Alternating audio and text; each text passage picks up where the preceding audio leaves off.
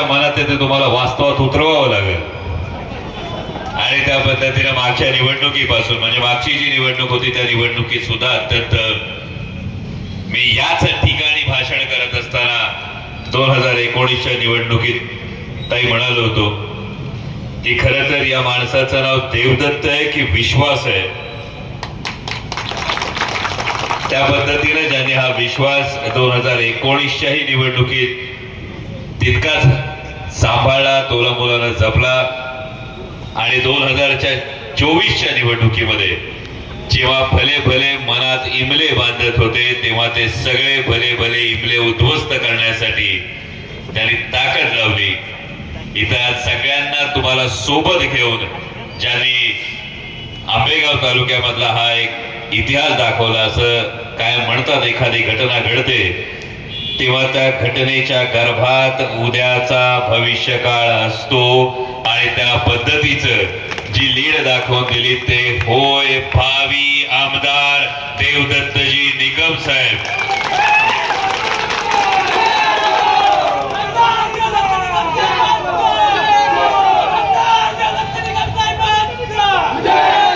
कारण आपण सगळ्यांनी, राजाभाऊ आपण असाल, सुरेश भाऊ आपण असाल, आपण सगळ्यांनी जी भावना व्यक्त केली मी मनापासून तुम्हाला मानाचा मुजरा करतो. कारण जेव्हा हेतू एक महत्वाचा असतो त्या हेतूकडे जात असणारे मार्ग वेगवेगळे असतात.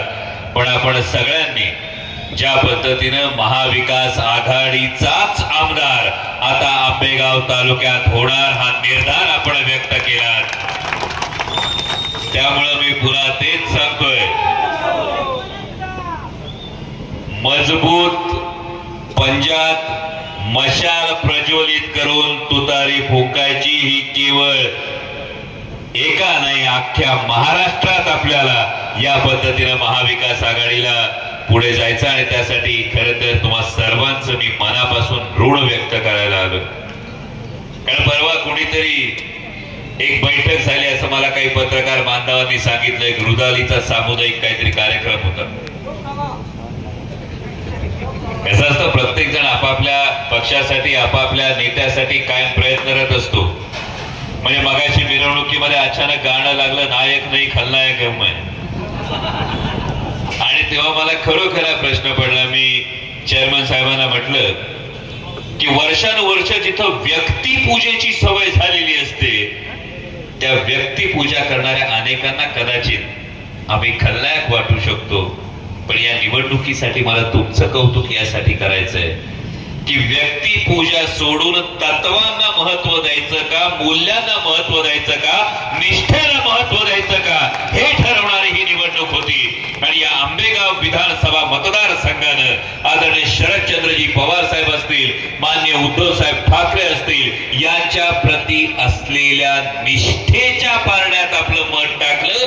यासाठी तुमच्या प्रत्येकाचं मी मनापासून अभिनंदन करतो, तुम्हाला अभिवादन. अनेक प्रश्न मनात आले, कारण मी अकारण उत्तर देण्यापेक्षा महत्वाची गोष्ट समोर ही ठेवावी लागते.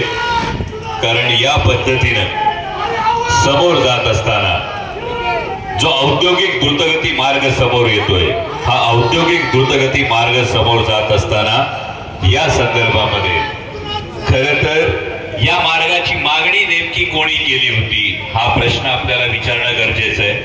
या मार्गाची मागणी होत असताना त्याचबरोबरीनं ही मागणी होत असताना राज्याच्या मंत्र्यांना याची पुरेपूर कल्पना होती का याची माहिती असणं गरजेचं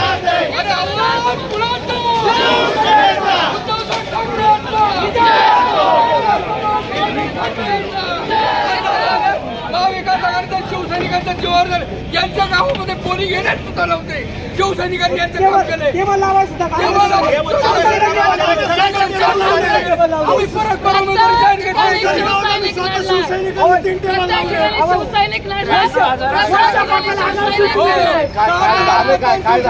लोकसभेचा हा विषय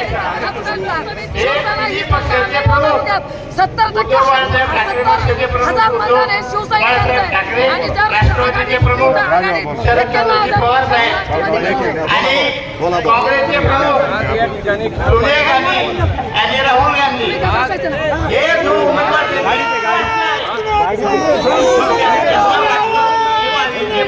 सचिवालय आले का?